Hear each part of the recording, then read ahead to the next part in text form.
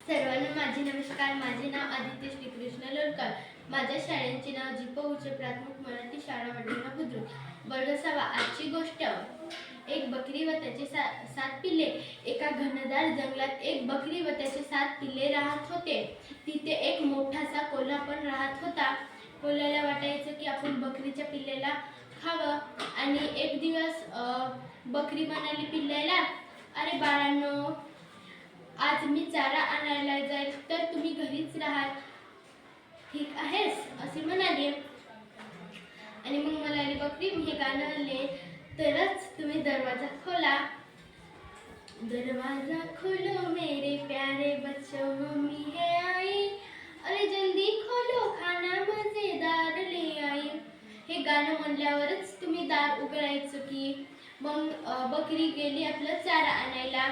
आणि हे सगळं कोल्हा ऐकला. आणि कोल्हा पण म्हणाला, आज तर आपण बकरीच्या पिल्लाला खायचंच. मग का नाही कोल्हा हे सगळं ऐकला. मग का नाही ते गाणं म्हणाला दरवाजापाशी येऊन, दरवाजा खोलो मेरे प्यारे बच्चों, मम्मी है आई, अरे जल्दी खोलो खाना मजेदार ले आई. आणि मग छोटंसं पिल्लं खूप समजदार होतं. हे तर म्हणालं, अरे हे तर आपल्या आईचं आवाज नाही, आपल्या आईचं आवाज तर गोड आहे, हे तर आवाज आहे, तू आमची आई नाही, असं कोल्ह्याला म्हणालं. आणि मग कोल्हा रागेत आला. आणि मग कोल्हा विचार करू लागला, आता काय करायचं. आणि मग त्याला एक युक्ती आली, आता आपण चौदस प्यायचं. मग ते जंगलात गेला आणि एका झाडात चढ दिसला. मग त्याने चढ पिऊन घेतला. आणि मग डबल आला, दरवाजा खोलो मेरे प्यारे बच्चों, मम्मी है आई, अरे जल्दी खोलो खाना मजेदार ले आई. आणि मग असं म्हणू लागला, अरे आपली आई तर आता नक्कीच आली असेल. मग मोठ्याने बघितलं, अरे आपली आई हे नाही, आपली आईचे तर गोरे पाय आहेत, याचे तर काळे पाय आहे, हे तर आपली आई नाही. आणि मग तू आमचे नाही आहेस म्हणून का नाही मग असे डबल म्हणाले. मग डबल कोल्हा गेला. आणि मग कोल्ह्याला विचार करू लागला. मग का नाही कोल्ह्यानं एक पांढरासा रंग लावला आणि आला आणि तेच गाणं म्हणू लागला.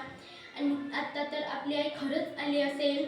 आणि मग का नाही सगळं छोट्या पिल्ल्याने पाहिलं दाराच्या खालून, अरे हे तर आपलीच आई आहे, आपल्या आईचे पाय गोरे आहेत. मग असं म्हणू लागला. मग त्यांनी दार उघडून घेतले. आणि मग दार उघडल्यानंतर त्यांच्या समोर एक मोठासा कोल्हा उभा होता. आणि मग कोल्हा म्हणाला, अरे आता मी तुम्हाला खातो. मग बकरीचे पिले इकडे तिकडे लपू लागले. मग छोटंसं पिल्लं खूप समजदार होतं, तर ते एका चुलीच्या खाली जाऊन लपलं. सगळेच पिल्ले सापडले, ते सापडलं नाही. आणि मग थोड्या वेळानं आई बघितली की दार उघडच होतं. आणि मग आई आत घुसली. आणि मग का नाही कोणीच नव्हते बकरीचे पिल्ले. आणि मग का नाही सगळं छोटं बाळ निघलं आणि सगळं झालं म्हणून सांगलं. आणि मग बकरी आणि तिचं पिल्लं पाहायला गेले. आणि मग एका मोठ्याशा झाडाखाली कोल्हा झोपून होता.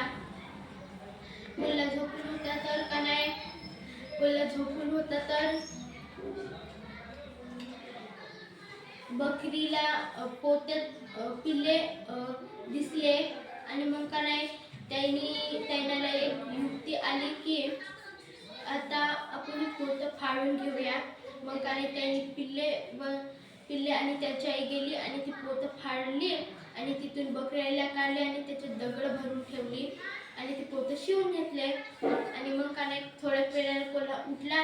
आणि मग का नाही त्याला खूप ताण लागली. आणि मग ती पोतं घेऊन पाण्याकाठी गेला. तर पाणी प्यायला झाकला तर खालीच पडून गेला. आजची बोध. या बोधकथेतून आपल्याला असं बोध मिळते की कितीही संकट आले तरी घाबरू नये. छान, खूप छान सांगितले. स्वागत करायचं. खूप खूप छान.